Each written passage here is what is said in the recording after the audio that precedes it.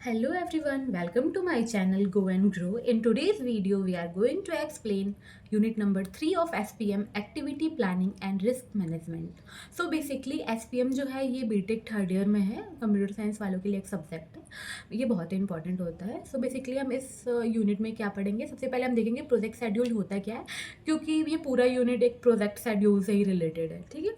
सो जो project schedule SPM में ना एक टाइम बेस्ड प्लान होता है जो ये दिखाता है कि प्रोजेक्ट के टास्क एंड एक्टिविटीज़ को कब और कैसे कंप्लीट किया जाएगा. ठीक है. बेसिकली ये प्रोजेक्ट प्लानिंग का एक इम्पॉर्टेंट पार्ट होता है. ठीक. की components of a project schedule, इसमें की कंपोनेंट्स देखेंगे तो सबसे पहले आता है टास्क एंड एक्टिविटीज़. इसमें क्या होता है, break down of the work to be done, मतलब जो भी हम वर्क कर रहे हैं उसका हम एक लिस्ट बनाते जाएंगे, मतलब प्रोजेक्ट में इंक्लूड सारे वर्क की एक लिस्ट बनाएंगे. ठीक है. उसके बाद हम आते हैं माइलस्टोन्स, की point in project life cycle required gathering, completion, design, approval, testing, phase start. Milestones में बेसिकली क्या होता है ना कि ये एक्सप्लेन करता है कि प्रोजेक्ट राइट डायरेक्शन में जा रहा है या नहीं. ठीक है. हम मतलब चेक करते रहते हैं. Dependencies, relationship between task, example a task can not start until another is completed. Dependency में क्या होता है कि कौन सा टास्क पहले होना चाहिए, कौन सा बाद में, और जब एक टास्क कंप्लीट हो जाए तभी अदर टास्क हम स्टार्ट करेंगे उसका अगला. ठीक है. अब हम आते हैं time estimates, duration required for each task. Time estimate क्या होता है कि वर्क को कंप्लीट में लगने वाला टाइम. ठीक है. सारे मतलब एक ड्यूरेशन होता है ना सारे काम का कि इतनी देर तक ये काम होगा, फिर इसके बाद ये होगा, फिर इसके बाद ये होगा. ठीक है. उसके बाद आता है resource allocation, assignment of team member to specific task. Resource allocation में क्या होता है कि किस टास्क के लिए कौन सी टीम और कौन से पर्सन रिस्पॉन्सिबल होंगे, इसमें ये असाइन करते हैं. ठीक है. उसके बाद ये जो होता है ना Gantt chart, timeline, critical path analysis, buffer slack, ये सब क्या होता है, टूल होता है. ठीक है. ये टूल होता है. अब हम आते हैं आगे. अब हम देखेंगे प्रोजेक्ट शेड्यूल स्टेप्स. स्टेप्स कौन कौन से होते हैं. सबसे पहले क्या होता है, create the schedule plan for your project. सबसे पहले हम क्या करते हैं कि हम शेड्यूल प्लान को क्रिएट करते हैं अपने प्रोजेक्ट के लिए. ठीक है. उसके बाद define who has authority over the schedule. फिर हम ये डिफाइन करते हैं कि ऑथोरिटी कौन है शेड्यूल का. फिर थर्ड में हम क्या करते हैं, identify start and end dates for project activity and task. मतलब हम पहले प्रोजेक्ट स्टार्ट करेंगे तो उसकी स्टार्टिंग डेट क्या है, जब जिस दिन वो एंड होगी वो डेट क्या है, हम इसमें ये करते हैं. ठीक है. फिगर आउट टास्क डिपेंडेंसी, हम इसमें क्या करते हैं, टास्क डिपेंडेंसी की को फिगर आउट करते हैं.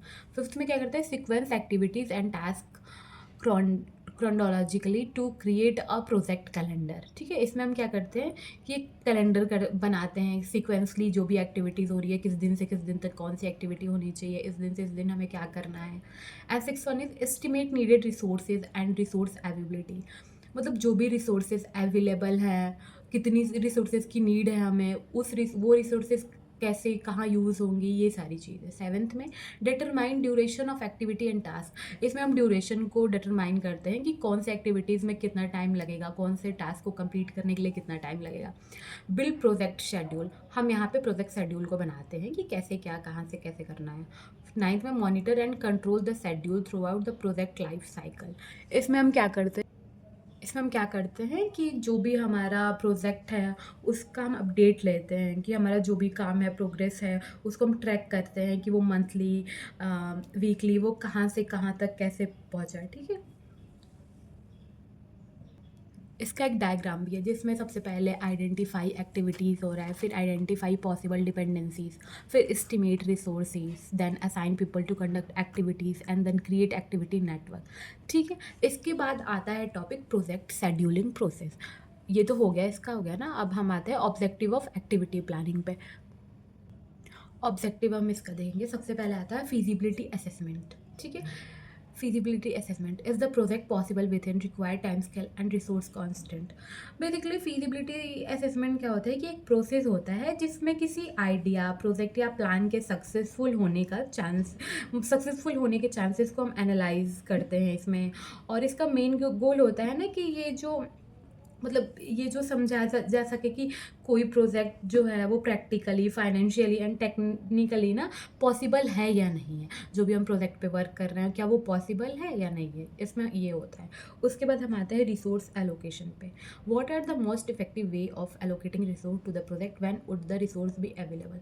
रिसोर्स एलोकेशन में ये होता है कि हमें रिसोर्स को कहाँ एलोकेट करना है, ठीक है, कि कहाँ सही तरीके से उसे हम एलोकेट कर सकते हैं, ठीक है।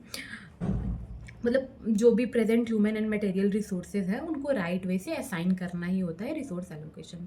उसके बाद हम आते हैं डिटेल कॉस्टिंग पे। डिटेल कॉस्टिंग में क्या होता है, how much will the project cost and when is that expenditure likely to take place. इसमें ये होता है कि कितना खर्चा आ रहा है हमारा प्रोजेक्ट में। मुझे मतलब ये होता है ना कि एक बजट प्लानिंग से रिलेटेड है डिटेल कॉस्टिंग, ठीक है, जो कि एक प्रोजेक्ट में बहुत ही इंपॉर्टेंट है, पूरा बजट लेके चलना। उसके बाद हम आते हैं motivation. Provide targets and being seen as monitor achievement against target is an effective way of motivating staff. Basically motivation क्या होता है ना, ये एक हमारा इंटरनल एनर्जी होता है जिससे हम मतलब मोटिवेट क्या होता है, हम अगर मोटिवेट होते हैं तो अगर हम किसी काम को बहुत धीरे धीरे कर रहे हैं तो अगर हमें कोई मोटिवेट कर देता है तो हम शायद उस काम को जल्दी कर सकते हैं। बेसिकली ये तो हम पे डिपेंड करता है, बट ये एक हमारी इंटरनल एनर्जी होती है। तो अगर हम कोई प्रोजेक्ट बना रहे हैं, कोई स्टाफ है, तो उसमें क्या होता है कि जो भी हमारा मैनेजर है, जो भी हमारा हमारा हेड है, वो हमें अगर मोटिवेट करता है तो वो काम अच्छा हो जाता है। कोऑर्डिनेशन क्या होता है, when do the staff in different department need to be available to work on a particular project. Coordination का मतलब हम समझे तो ये होता है कि कोई भी काम को मिलजुल के करना, ठीक है।